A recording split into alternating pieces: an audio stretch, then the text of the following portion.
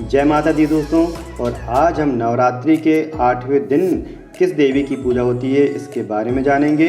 तो माँ जगदम्बे का जो 8वां स्वरूप है वो है माता महागौरी आदिशक्ति का। आदिशक्ति महागौरी की पूजन 8वें दिन की जाती है। और माँ गौरी का प्रागट्य कैसे हुआ, किस फल को प्रदान करने वाली हैं और भोग में क्या लगाया जाता है, पूरी जानकारी देखेंगे। अभी तक यदि चैनल को सब्सक्राइब नहीं किया है तो चैनल को सब्सक्राइब कर लें, जिससे इस प्रकार की जानकारी आपको यहाँ मिलती है। इसके अलावा ज्योतिष, आध्यात्म, वास्तु, धर्म से संबंधित कोई भी जानकारी आपको चाहिए तो आप कमेंट बॉक्स में पूछ सकते हैं। तो अब हम जानेंगे माँ महागौरी के बारे में और उनके प्रागट्य के बारे में। तो इस दिन के देवी के पूजा मूल भाव को दर्शाता है। देवी भागवत पुराण में बताया गया है कि माँ के 9 रूपों और 10 महाविद्या सभी आदि शक्ति के अंश और स्वरूप हैं। तो हम 10 महाविद्याओं के अगली जो हमारी सीरीज होगी उसमें हम बताएंगे 10 महाविद्याएं जो हैं, जिनको तंत्र की देवी भी कहा जाता है, जो मनोवांछित वरदानों को तत्काल देती हैं। तो उन 10 महाविद्याओं को भी हम अगले जो हमारी सीरीज होगी उसमें देखेंगे। तो जो आदि शक्ति हैं वही माता जो हैं 10 महाविद्याओं के स्वरूप हैं। तो इन 9 रूपों में 10 महाविद्याएं सभी आदि शक्ति के अंश और स्वरूप हैं, लेकिन महादेव के साथ उनकी अर्धांगिनी के रूप में महागौरी हमेशा विराजमान रहती हैं। माँ दुर्गा के इस स्वरूप की पूजा करने से सोम चक्र जागृत होता है और इनकी कृपा से हर असंभव कार्य पूर्ण हो जाते हैं। ज़्यादातर घरों में इस दिन कन्या पूजन किया जाता है और कुछ लोग नवमी के दिन पूजा अर्चना करने के बाद कन्या का पूजन करते हैं। तो हम इन्हें माँ गौरी महागौरी क्यों कहते हैं? तो इसलिए कहते हैं क्योंकि माँ महागौरी ने अपनी तपस्या से गौरे रंग को प्राप्त किया था। यह मात्र 8 वर्ष की थी, इसलिए इन्हें नवरात्र के 8वें दिन पूजा जाता है। अपने भक्तों के लिए यह अन्नपूर्णा स्वरूप हैं। यह धन, वैभव और सुख शांति की अधिष्ठात्री देवी हैं।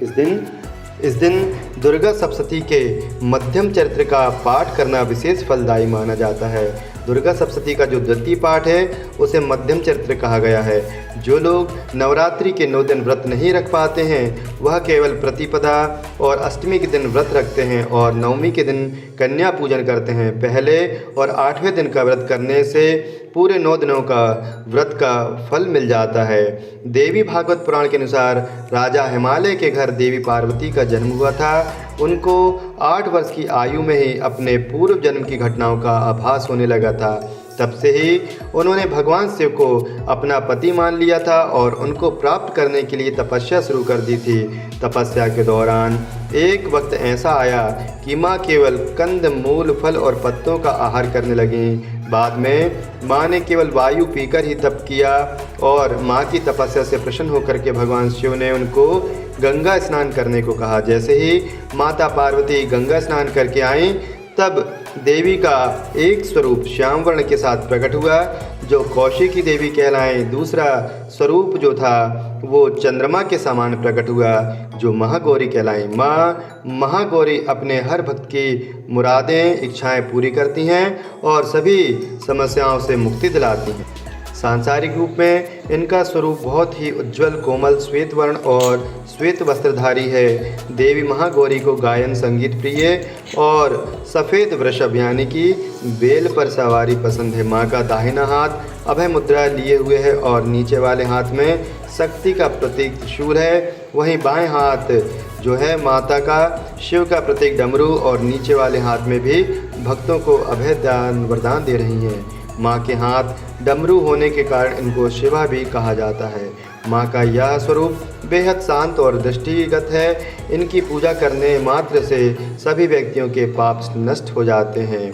माँ को भोग किस चीज़ का लगाएं, यह बहुत ज़रूरी है कि प्रत्येक दिन अलग अलग चीज़ों का जो है वो माँ जगदम्बा को भोग लगता है। तो अष्टमी के दिन माता महागौरी को नारियल या नारियल से बनी चीज़ों का भोग लगाया जाता है।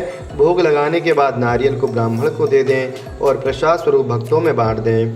जो जातक आज के दिन कन्या पूजन करते हैं वह हलवा, पूड़ी, सब्जी और काले चने का प्रसाद माता को लगाते हैं और फिर कन्या का पूजन करते हैं। कुछ लोग नवमी के दिन भी कन्या पूजन करते हैं, लेकिन अष्टमी के दिन कन्या पूजन करना श्रेष्ठ रहता है।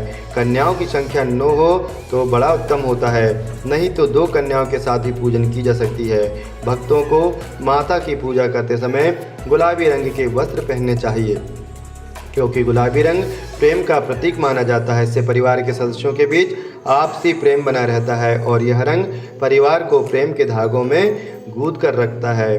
माता महागौरी का ध्यान जो मंत्र है जिससे माता का ध्यान कर सकते हैं तो वो है श्वेते वृषे समारूढ़ा श्वेतांबरधरा शुचिः महागौरी स्वं दद्यान् महादेव प्रमोददः या देवी सर्वभूतेषु मां महागौरी रूपेण संस्थिता नमस्तस्यै नमस्तस्यै नमस्तस्यै नमो नमः। हाथों में फूल चावल पुष्प लेकर के और माता का इस मंत्र के माध्यम से ध्यान करना चाहिए। माता की जो पूजन की विधि है, अष्टमी तिथि की पूजा बाकी के नवरात्रि की अन्य तिथियों की तरह ही की जाती है। जिस तरह सप्तमी तिथि को माता की शास्त्रीय विधि से पूजा की जाती है, उसी तरह अष्टमी तिथि की पूजा करनी चाहिए।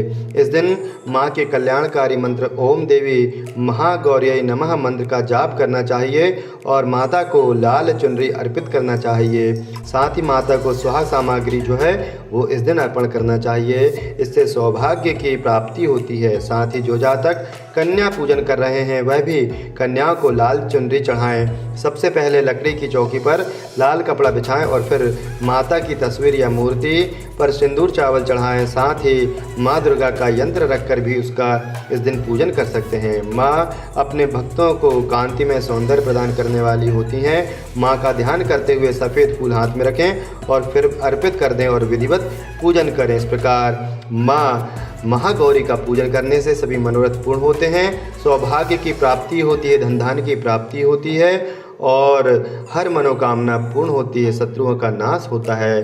क्योंकि माँ यही जो है ये 10 महाविद्याओं के स्वरूप में हैं, जो तंत्र की देवी कहा जाता है। और अगली सीरीज़ में हम देखेंगे जो 10 महाविद्याएं हैं किस प्रकार उनकी उपासना करके और मनोवांछित जो हमारे फल हैं, मनोवांछित जो इच्छाएं हैं उन्हें हम तत्काल प्राप्त कर सकते हैं। तो अभी तक यदि आपने चैनल को सब्सक्राइब नहीं किया है तो चैनल को सब्सक्राइब जरूर कर लें, वीडियो को लाइक शेयर करना ना भूलें। जय माता दी।